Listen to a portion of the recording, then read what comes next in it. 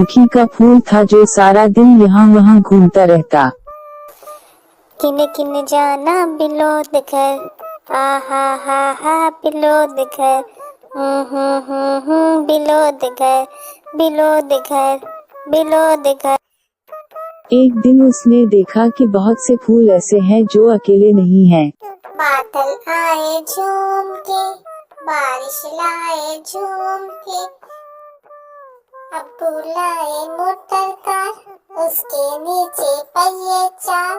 वो सब बहुत खुश हैं, लेकिन एक अकेला दरख्त है जो बहुत उदास है। मेरे पास कोई नहीं है, मैं क्या करूं? मैं बहुत अकेला हूँ। मैं अगर ऐसे ही अकेला रहा तो बहुत उदास हो जाऊंगा। मुझे भी दोस्त बनाने चाहिए। मैं क्या करूं, कैसे बनाऊं दोस्त? हाँ, मुझे एक आइडिया है। मैं इस